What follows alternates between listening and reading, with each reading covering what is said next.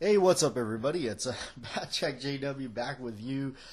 It is movie chat time. I actually really had a lot of fun doing the first one, where kind of, in a sense, we were more directed towards a movie, where we talked a lot. I've talked a lot about movies and my favorite films over time, but I had a lot of fun, and hopefully you guys had a lot of fun listening to the chat on the last one we did, which Dragged Across Concrete. So anyway, this time we're talking about one of my favorite films of all time. Definitely up there on my top list is the movie Taxi Driver. Robert De Niro, directed by Martin Scorsese. You got Sybil Shepherd, Peter Boyle, Jodie Foster, Harvey Keitel. I mean, this thing is loaded. Albert Brooks. You even got a music score by Bernard Herrmann. Or Bernard, I guess, however you want to pronounce it. But anyway, spoiler alert, as always, we will be, exposing the movie here. So if you haven't seen it, go check it out. If you don't want it to be spoiled, stop this and go watch it, then come back. Also, if you haven't seen it, shame on you. So it's a good morning. I got my coffee going, and so I figure we talk about this thing. Now, back when I first watched Taxi Driver, this was good old the glory days of VHS tapes. I remember going over to the video store, probably one of the local ones in the town, and my father and I, we rented this on videotape, VHS.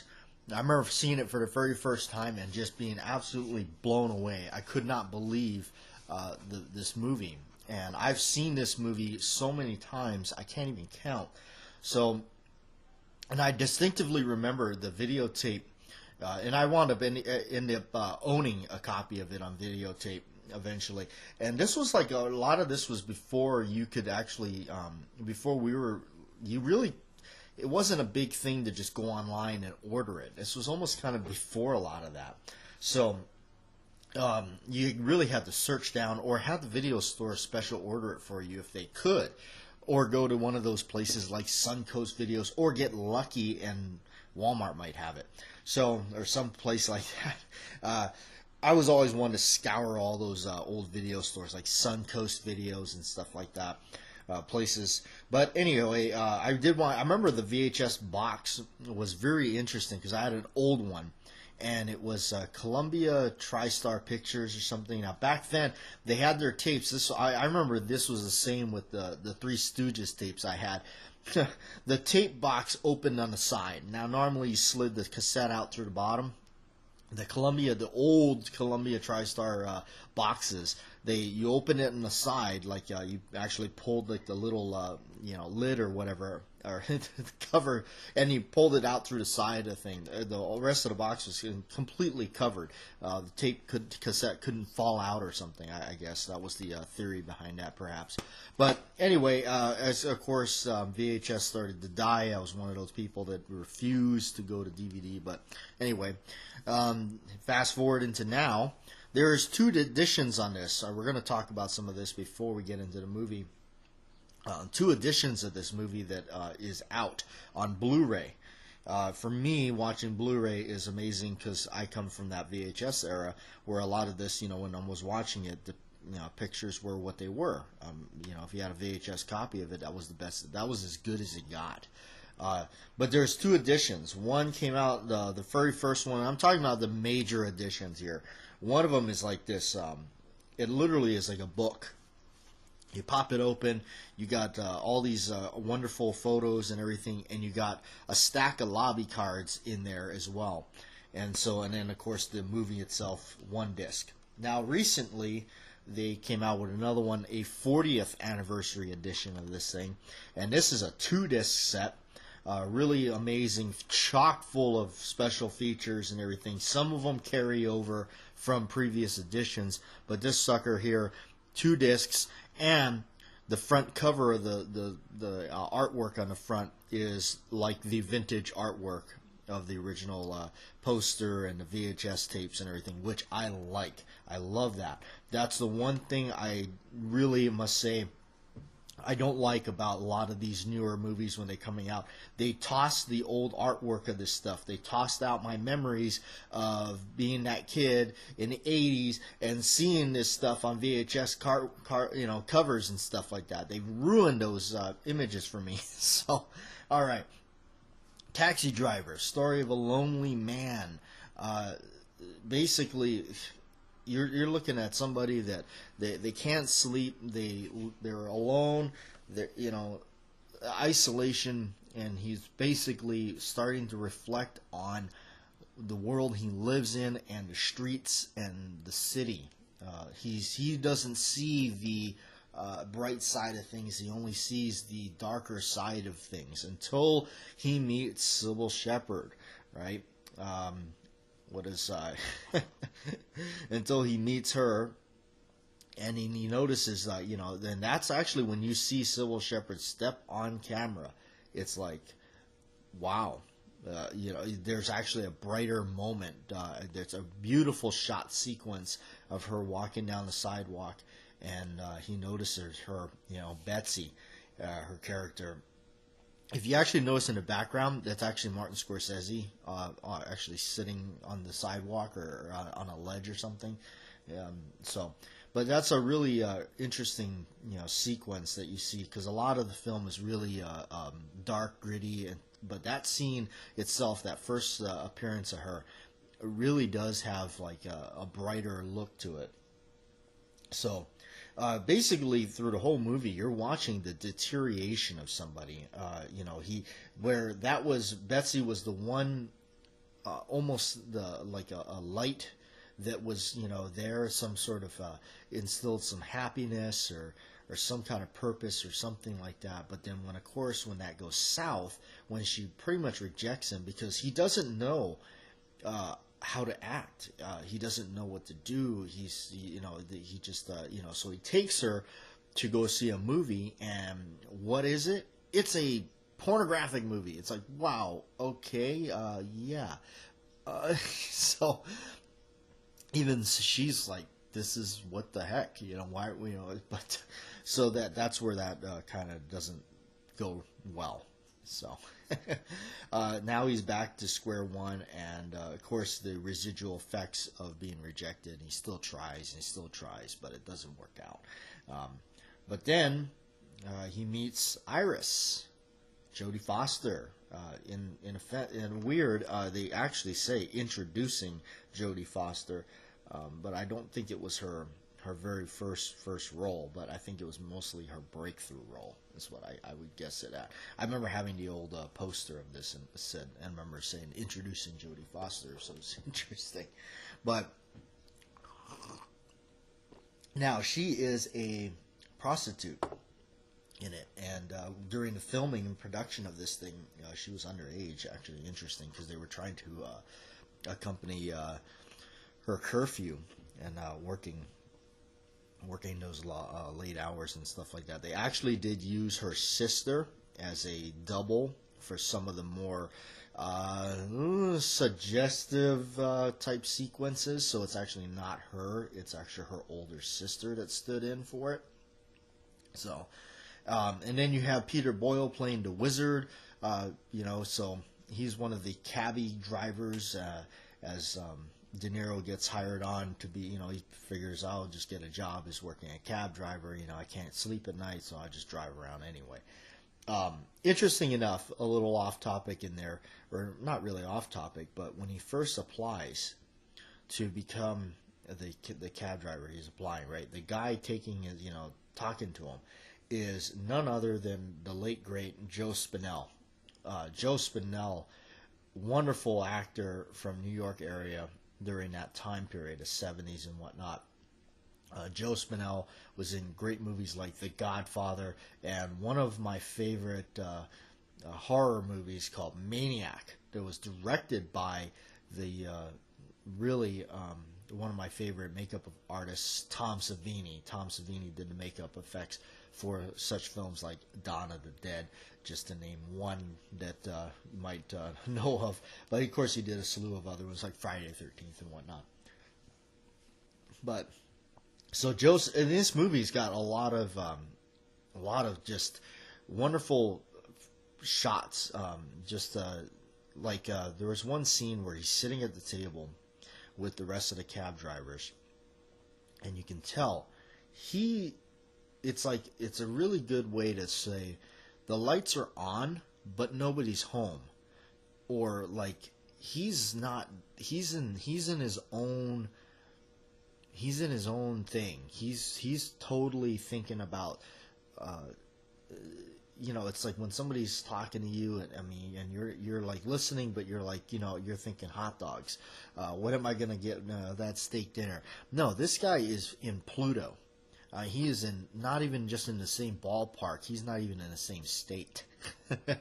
and Scorsese does this sequence by he drops this Alka-Seltzer thing into a glass, and you can see him just kind of really off into his own little thoughts, and they focus in on that glass of the Alka-Seltzer, and it kind of the sound, everything kind of blurs out, and all you hear is that sizzling, the Alka-Seltzer in that cup. And then it kind of snaps back into that, back boom. Here we are now. We're talking to to those guys. He's starting to lose it. You can really see he's starting to lose it, and there's a lot of sequences like that where they're just showing you like it takes a while. You really have to watch the film probably too many times, like I've done it, to really pick up on a lot of that stuff. And first time you watch it, you just think, wow, what a fireworks show. But then the more you watch it, the more you look into it, and the more you see like just what a great story it is to be told. And of course, written by Paul Schrader. Paul Schrader's work is absolutely just off the pages stuff, especially like his recent one. I believe it's called Dog Eat Dog, where I think he also directed it. It's absolutely crazy. But coming down to, as we know, I think is hands down one of the best gun buy sequences in film, period. I think that this sequence set the tone and had really made a lot of other films copy it. Because thinking beforehand, I can't really think of too many other than like The Good, Bad, and the Ugly, where Tuco, or I think he goes to buy, Eli Wallach's character goes and buys, steals guns from the low gun shop. Other than that one, 1976 really put something on that map, on that kind of a scene, where they say, hey Travis, here, this is Easy Andy. He's a traveling salesman. They go up to a little hotel, and they start looking at guns. Now he says to Easy Andy, "You got a .44 Magnum?" And he says, "That's an expensive weapon." He says, "Okay, I got money, But why does he ask for a .44 Magnum? Because prior to that, he's sitting in his cab, and he got a weird guy that steps into his cab, played by Martin Scorsese. So Martin Scorsese has 2 appearances in the film that I'm aware of. And but he's talking to him. He's saying this like really deranged, murderous stuff, talking about this his wife up in the window, and he's gonna murder her, and he says some really horrific stuff about a .44 Magnum. And he says, one of the things he says, I won't repeat the other stuff. You have to watch the movie. But he says, you ever seen what a .44 Magnum will do to a woman's face? He goes, it will destroy her. So it kind of puts that dark image, really gruesome image, and that idea of a .44 Magnum in his head. So when he goes and he asks Easy Andy if he's got a .44 Magnum, it's almost like that thought or that thing carried over with him. Because here's a guy probably he's already falling apart. He been through the war and everything, and so he's just he purchases it, and like I said, it's like probably one of the best gun buy sequences ever, where he's just like going through, he's picking out all kinds of stuff. Now there's some flawed continuity things with those. I think when they refer to the Walther PPK or something, it's actually an Astra, which is similar to a PPK. And so there was some things like that. But anyway, he buys it all and he takes it home, and he's really now he's really kind of losing it in a sense. And the other sequence that's funny, a continuity, when he's at the gun range and he's testing this stuff out. If you look on a table where it's supposed to be a Smith & Wesson nickel-plated, probably a Model 36 or something, it's actually on the table, it's a nickel-plated Colt Detective Special. I thought that was kind of funny. And then he does the really an amazing little thing where they show it, and the way it's shot again, I can't stress that enough. It's so gritty. When he's attaching that little Colt 25 Auto onto this like little track that goes on his arm, and he slips it up his sleeve of his jacket, it's just that kind of stuff is like, wow, this is amazing to me. In 1976, you got, and then lo and behold, the 44 Magnum he buys is none other than the amazing Model 29 Smith & Wesson. Now his is an 8 3/8 inch barrel, which also contributed to why I purchased one myself. And between that and Dirty Harry, it didn't take much more convincing to me to push the button on purchasing one of those. But it really is it's kind of neat because 76, by then the Dirty Harry films were very established in making it, as you hear those stories from those people that were lucky enough to be around then, I'm envious of that. They say, that it was almost impossible to get one of those.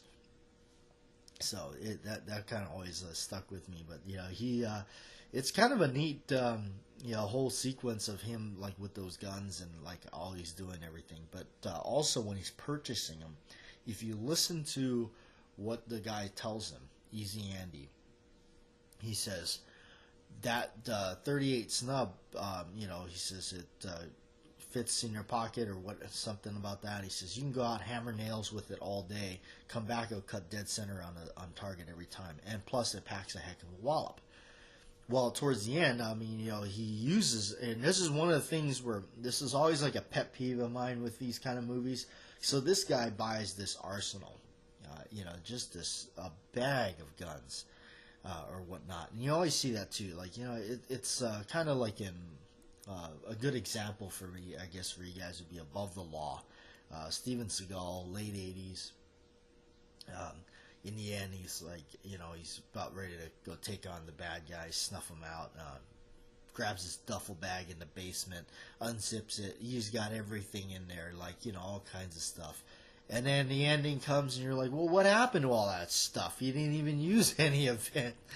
So that's, but not Taxi Driver, man. Taxi Driver, he uses everything, even down to the knife that he tapes to his boot.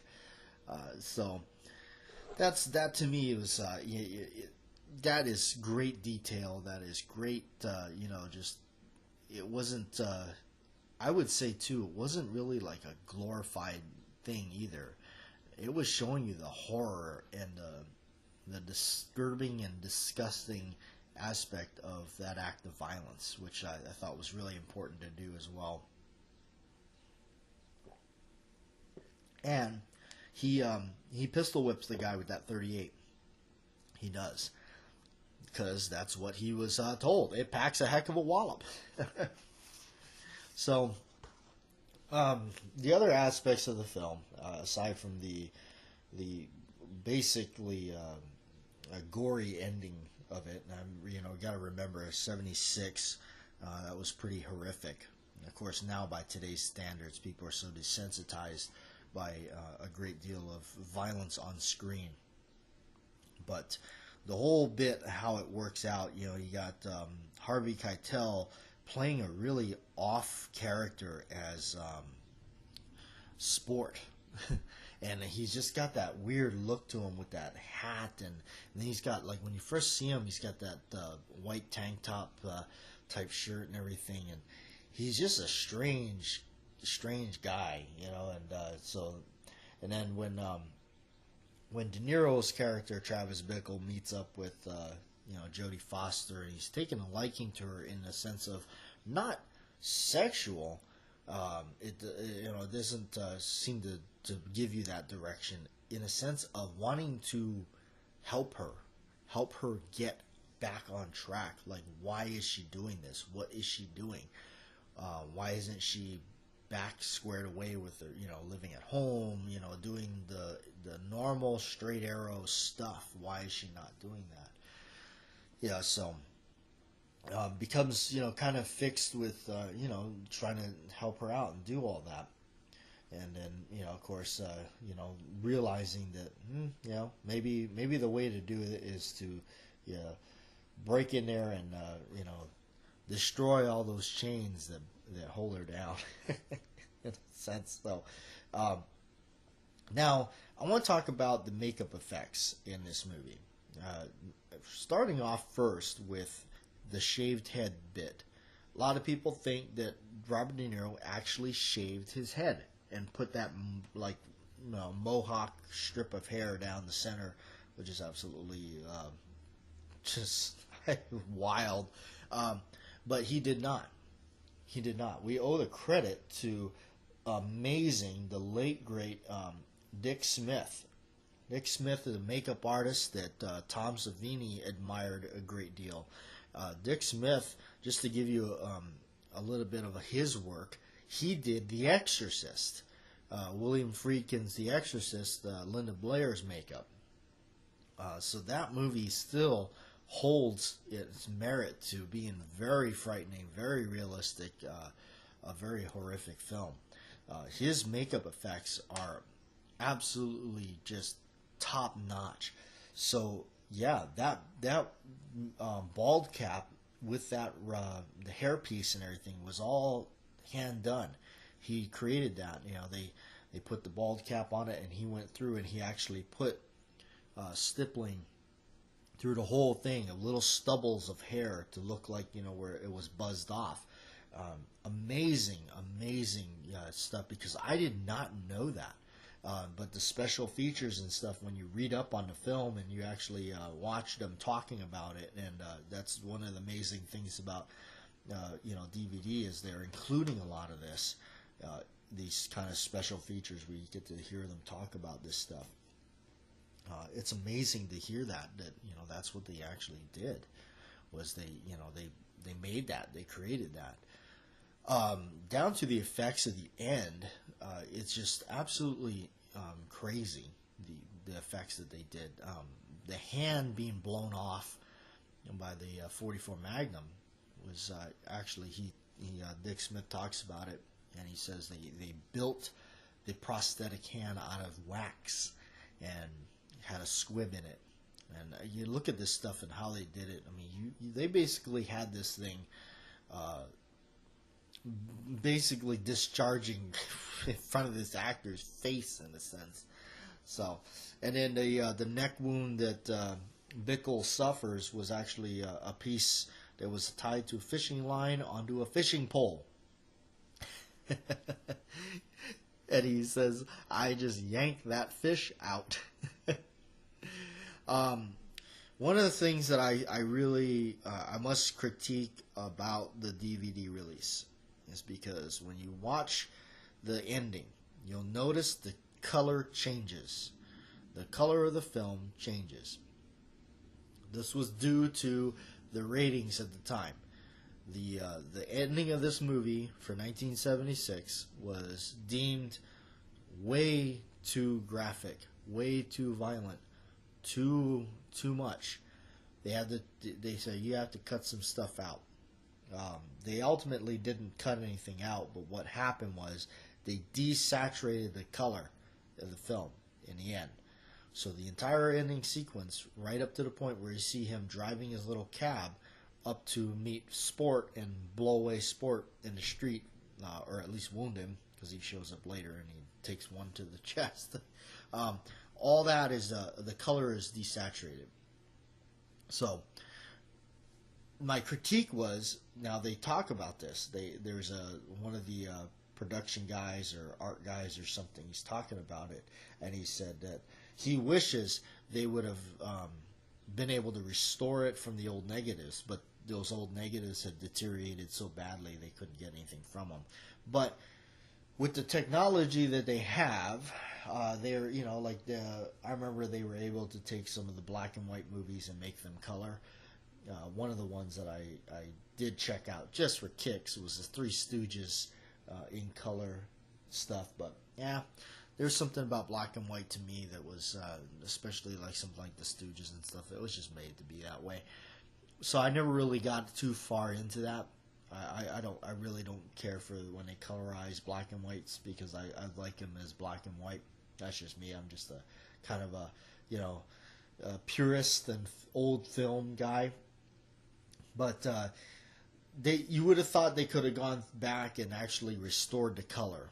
Now, you could look at it two ways, like, oh, okay, well, because of the desaturation of the color, that's the way the film was seen originally and never seen any other way, you know, or this was censorship and we were stuck with it. Censorship is the assassination of a creativity, of art. Yes, I know it's a dark piece of art or a violent piece of art, but it's still art. That's the way you look at it. That's the way I look at it. It's still somebody's artwork. It's somebody's, you know, hard work. Dick Smith's hard work to create these graphic images. So I wish they would have restored it. I wish there would be an option on the DVD or Blu-ray that you could either watch it with the restored color or without.